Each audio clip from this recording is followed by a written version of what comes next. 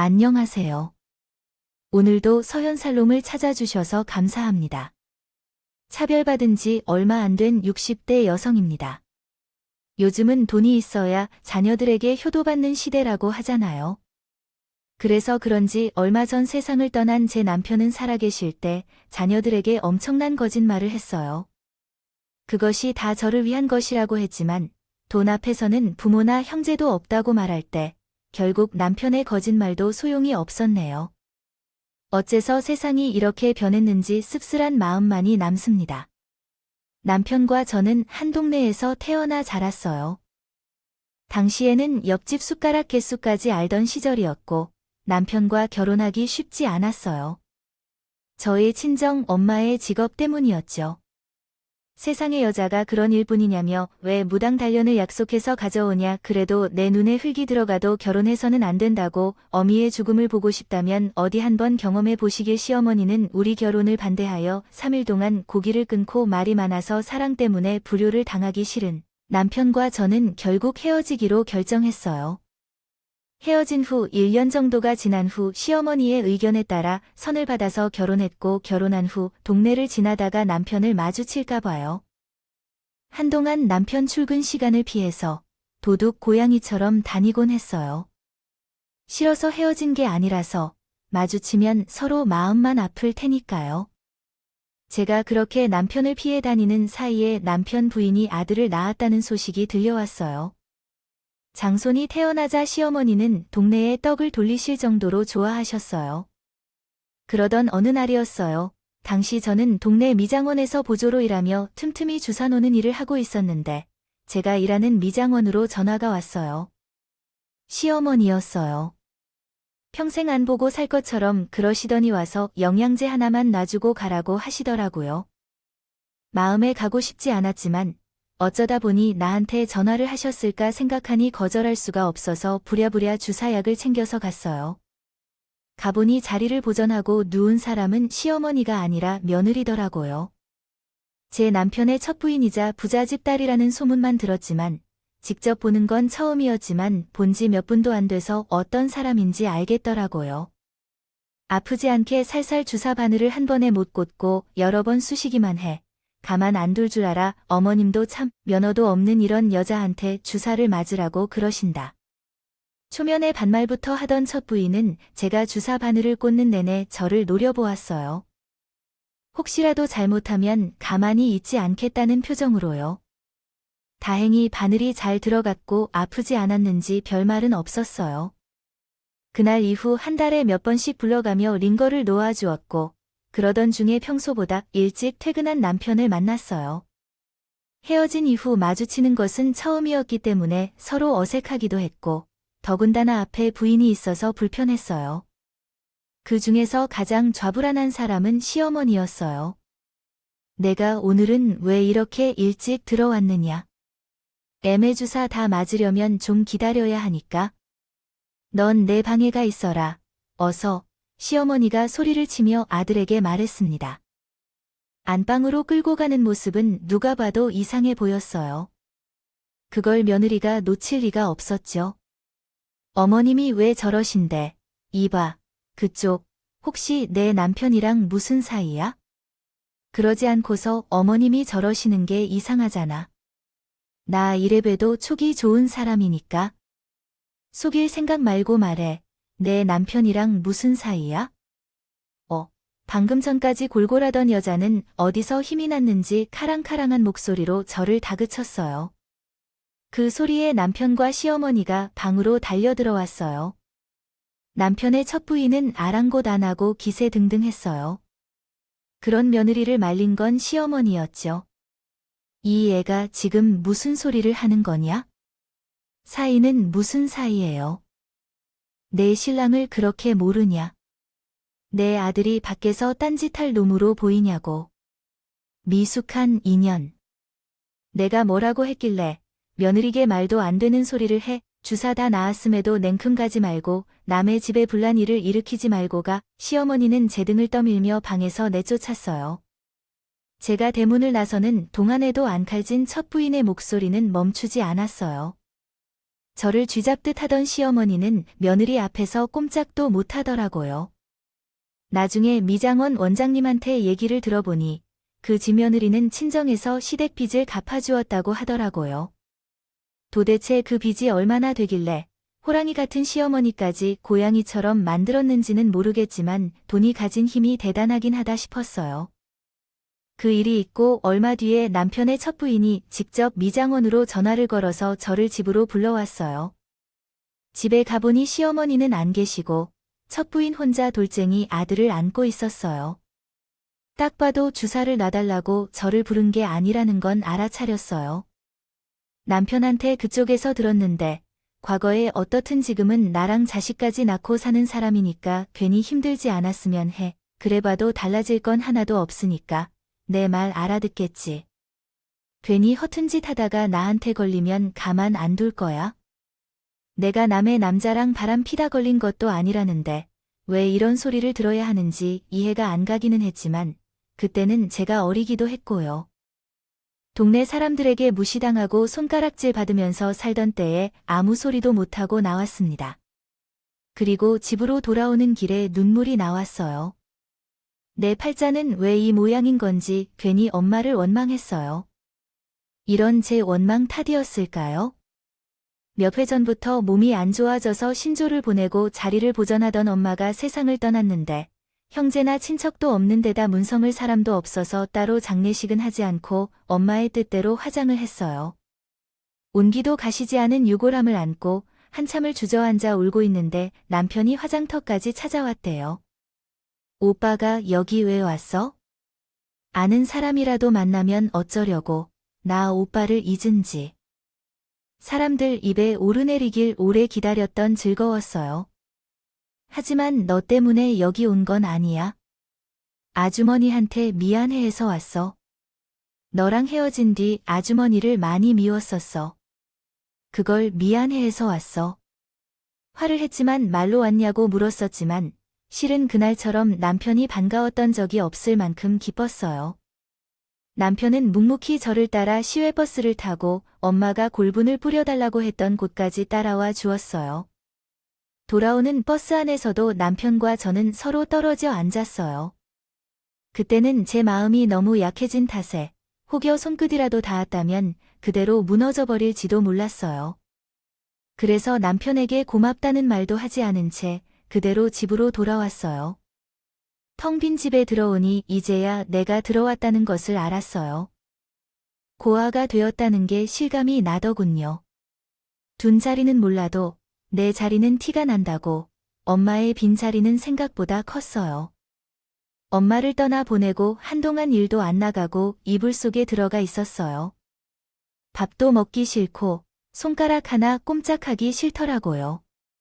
찾아오는 사람도 없고 밥은 먹었냐고 물어보는 사람도 없었어요. 세상에 나 혼자 떨어진 것처럼 완전히 혼자가 된 기분이었어요. 그때였어요. 누가 대문을 쾅쾅 두드리더라고요. 나가봤더니 시어머니가 죽이 담긴 냄비를 들고 계셨어요. 큰일을 치렀다는 얘기를 들었다. 어젠 밤, 제 엄마가 꿈에 나왔어요. 딸이 혼자 남겨둔 채 떠나려는데 발길이 떨어지지 않은 것 같았어요. 제게 다가와서 밥 좀 챙겨주라고 했을 때 이렇게 제 꿈까지 찾아와 부탁할까 생각하니 이럴 때일수록 먹고 힘내서 살아야겠다고 생각했어요. 입맛이 없어도 억지로라도 먹어라. 남들이 보든 말든 가야겠어요. 언제나 차가운 태도만 보였던 시어머니가 그날은 왠지 다정하게 대해주셨어요. 저는 시어머니가 골목을 빠져나가는 것을 따뜻한 중 냄비를 끌어안다 대서 대문 앞에서 그 모습을 지켜보았어요. 그 동안에 미워했던 마음이 눈 녹듯 사르르 녹아버리는 것 같았어요. 얼마 지나지 않아 살던 집을 정리하고 그 동네를 떠났어요. 제 무당이라는 것을 모르는 곳으로 가서 새로운 시작을 결심했어요. 낯선 동네에 가서 점포가 있는 집을 구해 미용실을 오픈했어요. 처음에는 손님이 많지 않았지만 몇 달 후에는 손님이 꽤 많아졌어요. 기술이 있다면 굶지 않을 것이라는 말이 틀림없다고 생각했죠. 몇 년이 흘렀을 때 단골 손님들도 많아지고 한가한 낮 시간에는 동네 여자들과 이야기를 나누며 사랑방의 역할을 하게 되었어요. 동네 아주머니 중에는 제 신세를 지키기 위해 중신을 들기로 한 분들도 있었지만 마음만 먹으면 다른 인연이 있음을 깨달았어요. 떠난 지 약 3년이 되던 어느 날 청소를 거의 끝내고 가게 문을 열어보니 시어머니께서 찾아오셨습니다. 여긴 어떻게 알고 오셨어요? 라고 물으면 쌀집 박씨가 말해줘서 찾아왔어요. 이사할 때 도와줬다고 하더라고요. 라며 대답했습니다. 제가 시어머니를 보고 귀신이라도 보았느냐는 듯이 놀라자 그러셨습니다. 혼자 운영하는 가게가 번듯해지길 바랐다며 그간의 변화를 살펴보고 싶었던 것 같았습니다. 그 말씀하러 온 게 아니시죠? 라고 물으면 그녀는 그리 대답하지 않았습니다. 여기 오신 이유가 무엇인가요? 라고 묻자 오빠를 만나러 온 게 아니에요. 걱정 마세요. 그 동네에 산 적 없어요. 라며 안심시켜 주었습니다. 그때 말하러 온 것이 아니라고 그녀는 말했습니다.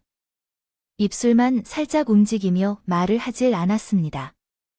못했어요. 그래서 작심을 한데 그러더군요.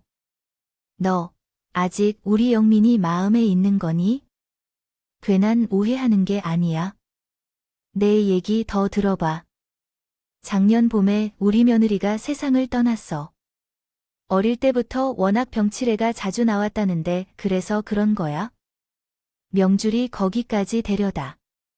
며느리가 죽은 후에 손주는 내가 보고 있는데 나도 이제 나이가 들어서 손주를 보는 게 여간 힘든 게 아니야. 영민이는 놈은 애한테 신경도 안 쓰고 일에 파묻혀 살아. 부부정이 없어서 그런지. 새끼한테 어찌나 매정한지는 나 죽으면 손주를 걱정해서 눈을 못 감게 될 것 같아. 그렇게 말하지 마. 영민이가 사장과 가겠다고 말한 적도 없는데 이렇게 말했다고 욕을 해도 괜찮아? 그래도 나 혼자 부탁하는 사람이 너 말고 없다고. 우리 영민이랑 함께 살까 생각 안 해볼래? 너만큼 착한 마음을 찾아봐도 못 찾겠어. 내 배 아픈 건 못 참을 만한 게 아니라고 느껴지지만 자식처럼 키울 수 있다고 믿어. 나를 믿을 만한 사람은 내게 밖에 없어. 그래서 이렇게 부탁해. 예상치 못한 부탁에 내가 아무 대답도 못하고 있었어. 시어머니는 그런 나의 반응을 보고 승산이 있다고 믿었는지 미장원으로 어린 손주까지 데리고 찾아왔어. 애를 머리를 깎으러 온 것 같다고 하더라도 실은 저와 아이가 정을 쌓도록 붙어있다는 것을 몰라서는 안 됐었어요. 제 엄마와는 달리 아이는 저를 무척 잘 따랐었죠. 엄마 손이 필요하다 싶어서 그런지 볼 때마다 가엾다는 생각이 들어 이것저것 챙겨주게 되었어요. 어느새 정을 들인 아이는 집에 돌아갈 시간이 되면 안 가겠다고 하는 경우도 있었어요. 한 번은 제가 데리고 자겠다고 말하고 안채에서 재웠는데 다음날 가게 문도 열기 전에 누가 셔터를 두드리는 소리가 들렸어요. 나가보니 남편이 왔었고 갑자기 가게 안으로 밀고 들어와 안채에서 자고 있는 아이를 깨웠어요. 아이가 깨어나더니 울며 있던 애를 남편이 강제로 옷을 갈아입혀서 보잘것없는 제가 애를 남편으로부터 떼어내고자 하니 그만해요. 애가 울잖아요. 라고 소리쳤어요. 그러자 남편은 성난 표정으로 나를 끌고 나와서 가게 밖에서 말했어요. 나이든 노인이야. 그렇다 쳐. 왜 너도 그 장면에 맞추려 들어. 상준이 엄마 역할을 하는지 경고하고 있는데 더는 나랑 얽히지 말고 내 삶을 살아. 너는 나한테 온다면 영원히 나랑 동거해야 하며 우리 어머니는 너를 며느리로 입양할 생각조차 없는 사람이야. 너를 가져다 혼인신고를 하지도 않고 당신의 손주로 키우라고? 그러니까 지금이라도 발 풀고 내 인생을 살아. 살아. 그게 맞아. 왜 그걸 오빠 마음대로 결정해? 내 인생은 내가 결정할 거야. 난 상준이를 내 자식처럼 키울 자신이 있어. 오빠 아내로는 못 살아도 상준이 엄마를 살 수 있다면 그렇게 할 거야. 남편은 제 결정이 이해가 안 된다며 혀를 찼지만 결국 제 뜻을 꺾지는 못했어요. 그해 가을에는 미장원을 정리하고 시댁으로 들어갔어요. 하지만 혼인신고는 하지 않았어요. 시어머니 말로는 죽은 며느리 유언 때문이라고 했지만 나중에 알고 보니 제 남편 사주에 부인 자리가 없어서 혼인신고를 하고 살면 또 다시 사별을 하게 된다고 했다나 봐요. 그래서 당신 아들이 또 다시 호라비로 살게 될까봐 걱정이 됐던 어머님은 필사적으로 혼인신고만 하지 못하도록 하셨다는 의미예요. 대신 그 미안함에 당신이 살아계시는 동안에 제게 한 번도 싫은 말을 하지 않고 아끼어 주셨어요. 이 집으로 들어온 다음에 제가 딸을 낳았어요. 남편은 딸의 재롱이 눈에서 꿀이 떨어지는 것 같았어요. 아빠의 그 모습에 큰 아이는 여동생에게 심통을 부리기 시작했어요. 갑자기 부모 사랑을 빼앗기는 것 같아서 그런가 했는데 자라면서도 변하지 않더라고요. 그 때문에 남편으로부터 꾸지람을 많이 받았지만 그 말이에요. 아빠에게 예뻐하지 않는 화를 동생에게 대신하는 것처럼 보였어요. 어린 나이에 마음의 상처를 받아서 그런 것 같아요. 저는 항상 큰 동생에게 신경을 써왔습니다. 저도 큰 동생이 되어야 한다고 생각했기 때문에 동생이 외로움을 느끼지 않게 해주어야 했습니다. 그러나 사춘기를 경험하며 아버지와 대립하는 경우가 빈번해졌고 성인이 되어서는 부족 간의 대화조차 없을 정도로 사이가 멀어졌습니다.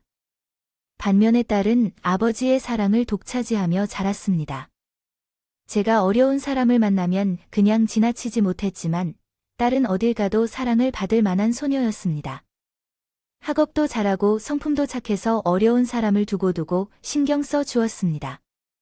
오빠한테 구박을 당하면서도 오빠를 끔찍하게 아꼈지만 그에게 매우 잘 따르며 동생을 돌봤습니다. 결국에는 큰 아이들도 나아가 동생을 챙기게 되었습니다. 공부에 관심 없던 큰 아이는 고등학교를 졸업한 다음 사업을 시작했습니다. 이 일은 외가로부터 받은 유산 덕분이었죠. 남편은 처인이 사망하며 처가와 연락을 끊었지만 그럼에도 불구하고 아들만큼은 외과에 자주 데리고 다녔습니다. 덕분에 큰 아이는 조부모들로부터 많은 사랑과 양육을 받아 성장할 수 있었습니다. 이 자리에서 제 아버지께서도 비밀리에 유산을 받았는데 결국 집을 떠나 살았지만 1년도 되지 않아서 모든 것을 잊어버리고 곤궁에 처해 돌아왔습니다. 아들이 외가로부터 유산을 상속받았다는 사실은 나중에 큰 아이의 외삼촌들을 통해 알게 되었지만 당시에는 이를 알지 못했습니다. 집으로 돌아온 아들은 뒤이어 부모님과 함께 된 지 얼마 되지 않아요. 군에 입대한 후에 전역하고 나서 갑자기 장사를 해보겠다며 제 아버지에게 자금을 요청했어요. 하지만 남편은 단호하게 거절했어요. 아버지에게 내가 아들이라는 점을 염두에 두어야 한다고 생각했는데 영주에게는 더 이상 도와줄 수 없어서 속상했고 왜 나에게만 이렇게 냉담한지 물었어요. 적어도 부모라면 자식이 사업을 하겠다고 할 때 어떤 사업을 할 것인지, 사업 계획은 어떻게 되는지 물어봐야 한다고 생각해요. 다 필요 없어 하면서 내가 아버지와 대화하기 꺼려진다고 했어요. 이에 아들은 화를 내며 제 방으로 들어가 문을 닫았어요. 내가 들어 소리를 듣고 싶었지만 아들의 말이 다 정당하지 않았기 때문에 남편은 몰래 아들에게 장사 자금을 지원했어요. 아들은 학원비로도 일을 해내겠다고 생각한 모양이에요. 동네에서 미장원을 운영하던 터라 제 손에도 돈이 있었거든요, 엄마. 이 돈은 내가 꼭 갚을 거예요. 쉬는 날도 없이 하루 종일 손님들의 머리를 손질하며 번 돈이거든요. 성공을 거둬서 모든 것을 갚고 아버지 앞에서 자신감을 갖게 될 거라고요. 그때까지 날 좀 믿고 기다려줘요. 아들은 나를 끌어안고 울먹이며 말했어요. 애초에 다시 돌려받을 생각은 없었지만 아들이 그렇게 말해주니 더없이 기쁘네요. 아들이 가게 자리를 찾아보며 본격적으로 장사를 준비하자 한 날, 남편이 나에게 물었어요. 당신이 상준이에게 돈을 주었대. 그 놈이 돈이 어디에 있는지 알려가며 가게를 차린다고 하더라. 모르는 척 좀 해줘요. 하나뿐인 아들이 있잖아요.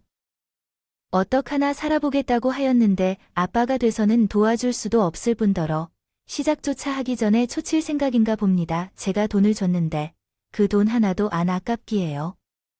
그 돈으로 아들이 살아가는데 도움이 된다면 더 많은 돈도 해줄 수 있어요. 아들에 대해 아무것도 할 수 없겠어요. 제가 화를 내자 남편은 더는 뭘 말하지 않았어요. 하지만 여전히 아들 녀석이 불안해하니 남편은 결국에는 아들을 찾아가 하나 이야기를 했어요. 계왕을 시작하는 것을 열심히 해보라고 하면서 대신 가게는 당신 엄마의 이름으로 계약서를 써오라고 말했어요. 당신이 돈을 벌어서 그 가게를 찾아가기 전까지 여전히 그는 당신 엄마의 가게이니까 걱정하지 않아도 된다고 했어요. 엄마도 나 때 먹었어요. 아들은 내가 준 돈으로 가게를 얻었고 계약서를 작성하는 날 저를 데리고 가서 내 이름으로 계약서를 작성했어요. 그러지 않아도 됐다고 했지만 아들은 제 아빠에게 싫은 소리를 듣기 싫다며 기어이 제게 계약을 쓰게 했어요. 아들은 그렇게 얻은 가게에 구제옷집을 차렸어요. 싼 가격에 구제옷을 구해서 나름 멋지게 스타일을 잡아 팔아 장사가 잘 되는 것 같았어요.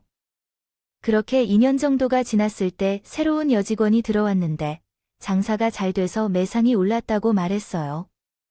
일상에서 가게 직원들 얘기는 거의 안 했던 아들이 새로운 여직원에 대해 종종 언급하는 것을 보니 둘 사이에 뭔가 있는 것 같았는데 아무래도 얼마 후 아들이 결혼을 한다며 집에 그 여직원을 소개시켰어요. 미장원에서 수십 년 동안 사람들과 교류한 경험이 있던 제게는 단정한 여성 같지 않았어요. 말투나 화장, 옷차림에서도 조심스럽지 않고 돋보였는데 남편도 저와 비슷한 느낌을 받았는지 성의를 표현한 결혼 제안은 없었어요. 그저 불만스러워하는데 그대로 방치하는 것으로 끝이었죠. 그러나 아들과 함께 온 여직원은 갑자기 말렸어요. 언니, 임신했어요. 그러니 결혼 허락해주세요.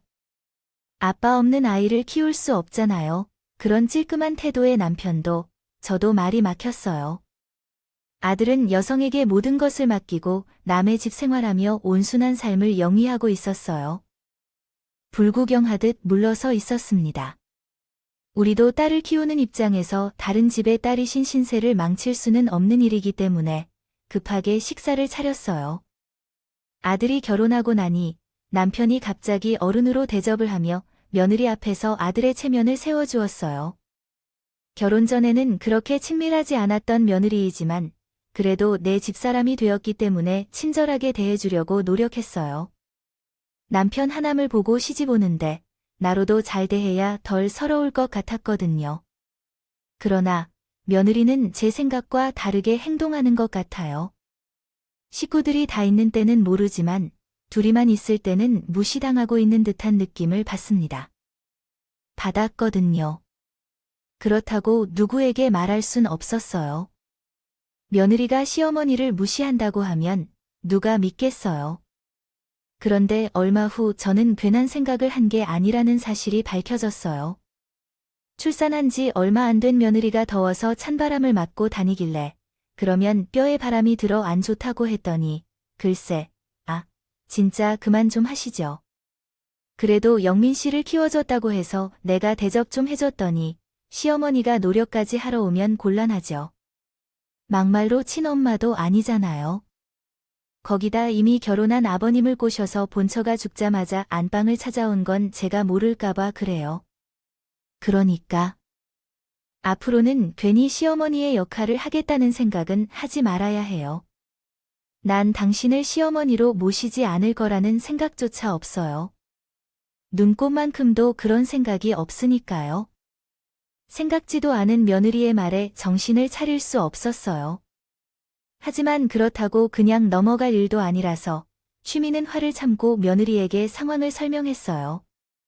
며느리는 내 이야기를 다 듣고도 믿지 못한다는 표정이었어요. 사실을 말해줘도 믿지 못한다고 하니 내가 뭘 어떻게 해야 하는 건데? 시아버지랑 만나면 되겠니? 기왕 하는 거 영민이도 부르셨다고 하더군요. 누가 말이 맞는지 한번 보자고. 내가 당당하게 소리치자 며느리는 뾰로통한 표정으로 더는 아무 말도 하지 않았어요. 너무 화가 나서 집에 와서 남편에게 그 얘기를 했더니 자기가 알아서 알아듣게 될 거라고요. 말을 해야 했는데 가만히 누워 있으라고 했어요.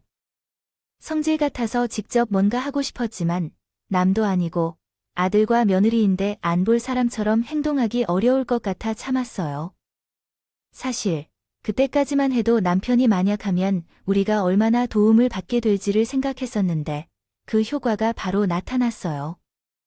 어머님, 일 전에 오해를 하고 어머님께 실수를 했었어요. 정말 죄송해요.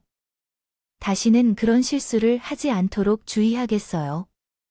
도대체 남편이 무엇을 말했는지는 모르겠지만 며느리는 하루 만에 완전히 변해서 제 앞에서 고개를 숙였어요. 그리고 달라진 것은 며느리만이 아니었어요. 아들 녀석도 마찬가지로 우리와는 다르게 정중하게 행동했어요. 부부에게 싹싹하게 굴기 시작했거든요. 그리고 그 이후 많은 것이 변했어요. 제 아빠랑 함께 살던 아들 녀석이 하루가 멀다 하고 집에 찾아와 손주 재롱도 보여주고 주말에는 교회로 드라이브도 데려가 줬어요. 처음에는 좋지 않은 인상을 받았던 며느리는 입속에 혀로 제게 얼마나 잘해주었는지 몰라요. 남편도 그런 며느리의 애교에 얼굴에 웃음이 가득했어요. 집안이 화목해지니 이게 바로 삶의 재미인가 싶었고요. 손주가 성장하는 것을 지켜보는 재미와 시간이 흘러가는 재미로 서로의 삶을 즐기는 자식들이 조금씩 자리를 잡아가는 것을 볼 때 남편은 정년퇴직을 앞두게 되었어요. 다행히 딸아이가 제 아빠가 퇴직하기 전에 시집을 간 덕분에 이룬 것입니다. 결혼식장에 많은 손님이 왔다. 그래서 사돈댁에서 면도를 할 수도 있었어요. 남편이 정년퇴직을 하고 나서 저희 부부는 더 많은 시간을 함께 보내기로 했어요. 그래서 캠핑카를 구입하기로 결정했어요.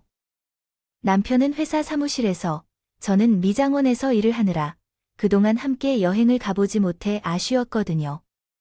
운이 좋게도 적당한 가격에 중고 캠핑카를 발견해서 계약을 하기로 했었죠. 그런데 남편이 갑자기 이상하다고 해서 아침에 약수터에 가던 중 집으로 돌아왔어요. 입까지 돌아가면서 침을 흘리는 모습이 보였는데 그 모습을 보고 마음이 무겁더라고요. 급히 병원에 데리고 가서 입원시켰어요. 뇌경색을 진닉했어요. 뇌경색은 그렇고 남편은 당뇨로 고생하고 있었어요. 합병증 때문에 신장까지 꽤 심각한 상태가 되었다는 거예요. 이제 인생을 즐기라고 하는 순간에 부러뜨린 병마로 남편은 투병 생활을 시작해야 했어요. 저는 미장원을 접고 남편의 병간호를 맡아 시작했어요. 제게는 세상 둘도 없이 자상하던 남편은 병원 생활이 길어질수록 성격이 변하기 시작했어요. 다시는 예전처럼 돌아갈 수 없다는 생각에 모든 걸 내려놓은 사람 같았죠. 당신 정말 이럴 거예요. 아예 죽기로 작정했냐고요? 시한부 판정 받은 사람들도 어떻게든 살 것처럼 애를 쓰지만 당신은 무엇입니까? 죽을 병도 아니고 왜 벌써부터 죽음을 받아들인 사람처럼 나를 데리고 전국 여행도 시켜줄 거라며 누구보다 행복하게 해줄 것을 약속한 뒤에 왜 지키지 않는 건가요? 나를 당신대로 죽게 하지는 않아요. 빚쟁이처럼 악착같이 당신이 한 약속 전부 이행할 것이라고 말했어요. 내가 울며 악에 취해 엉엉 울 때 남편은 미안하다며 열심히 치료받겠다고 약속을 했지만 남편의 약속과는 달리 그의 상태는 날이 갈수록 안 좋아졌어요. 당뇨 때문에 발에 상처가 생겼었기 시작하고 신장을 비롯해 강도 손상되어 있습니다. 당신은 병상에서 3년을 보내었고 작년 가을에 서러운 세상을 떠나셨습니다. 남편께서 돌아가신 뒤에는 쓸어야 할 아들인 상준이라는 아들이 코끝도 안 보이게 되었어요. 며느리도 마찬가지였습니다. 나의 오빠는 여전히 전화를 받지 않고 이웃 언니에게도 전화가 들어가지 않았습니다. 어머니께서 아빠께서 돌아가셨다고 분명히 말씀하셨는데 그 후에 먼저 연락을 취했지만 결국 아들과 며느리는 장례가 끝날 때까지 나타나지 않았습니다. 장례식장에서 묻은 뒤 집으로 돌아온 저는 앞에 펼쳐진 상황으로 인해 주저앉았습니다. 따라오던 딸과 사위도 마찬가지였죠. 집안이 마치 도둑에게 당한 집처럼 엉망이 되어 있었어요. 사위는 아직 집안에 도둑이 있을지 모르니 밖으로 나가자고 했어요. 그리고 경찰에 신고하려는 그때 2층에서 아들이 나왔습니다. 아들은 제게 달려와서 제 것을 흔들며 땅 문서 어디 있어? 라고 소리쳤어요. 땅 문서? 무슨 소리야? 우리 집에 땅이 어디 있어서 땅 문서를 내놓으라는 거야? 아빠 장례식 때도 코빼기도 안 보였던데 그걸 찾느라 집안을 일꼴로 만들었어. 너 정말 제정신이야? 그러자 2층에서 내려온 며느리가 나를 노려보며 아버님이 돌아가시니 돈 욕심이 나는 거 보이네. 아버님이 사신 50억대 땅, 어머니 혼자 꿀꺽할 생각인데 꿈꾸지 마. 서류상 아버님과 어머님은 아무 사이도 아니라는 거예요. 어머님이 더 잘 아시잖아요. 안 그래요? 9년 전에 아버님이 분명히 그 땅을 우리한테 주기로 했다고요. 그거 받자고 우리 부부가 이 집 구석 문턱이 닳도록 드나든다거나 누구보다 잘하는 사람이 이러면 안 되죠. 그러니까 당장 땅 문서를 내놓으세요. 남의 남자를 빼앗아서 그간 안방을 차지하고 잘 사는 거면 더는 욕심을 부리지 말라는 말입니다. 늙어서 추하게 뭐 하는 짓이야. 자식들이 보기 창피하게 생각할 건데. 그래왔다면 달달한 사탕처럼 처세하던 며느리가 오래전에 나에게 했던 대접을 그대로 돌려주고 있었어요.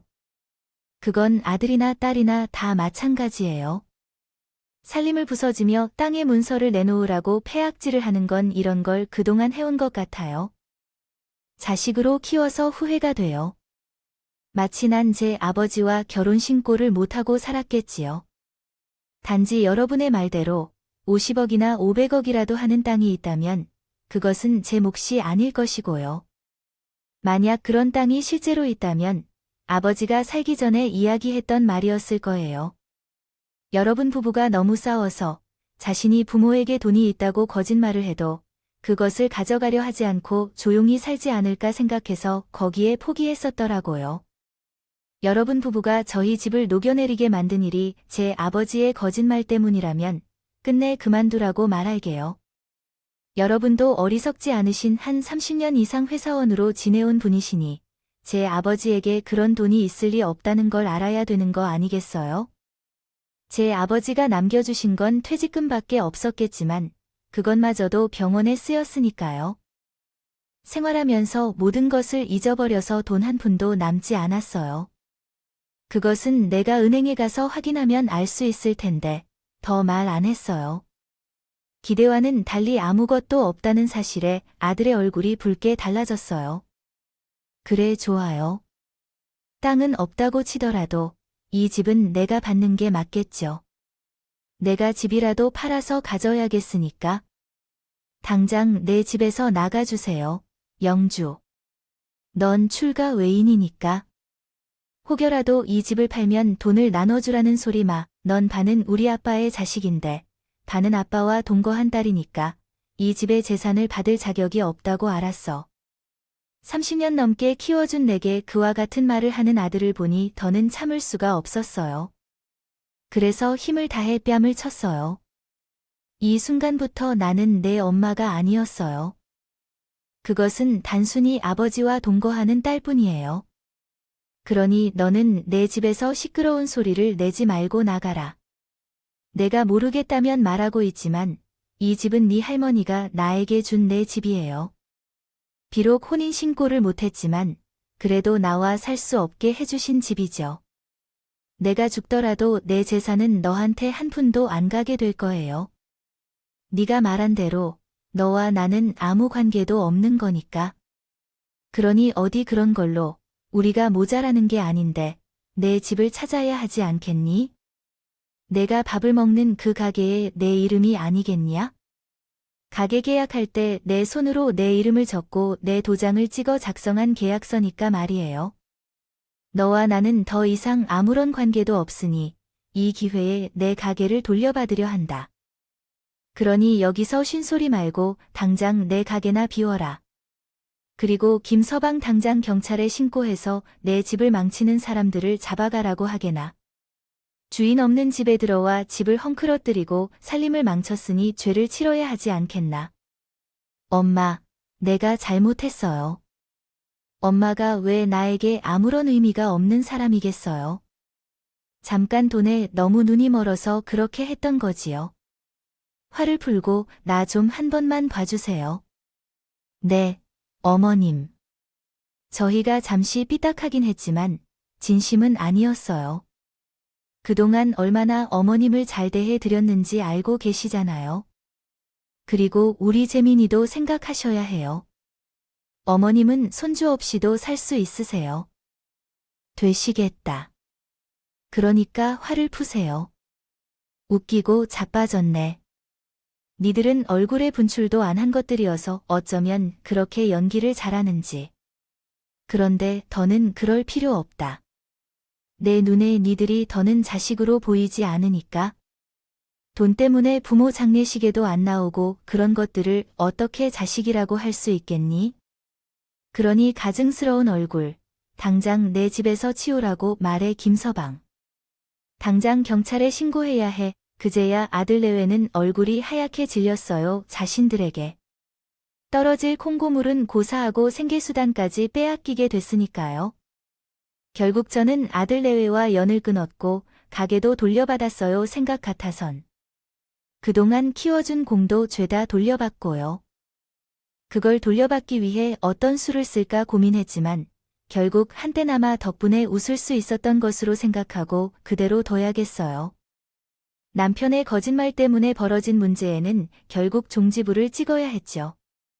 비록 내 배가 아파도 낳은 자식은 아니었지만 그래도 한때는 아들로 생각하고 살았던 그 아이를 내쳐버리고 나니 마음은 편해지지는 않았어요.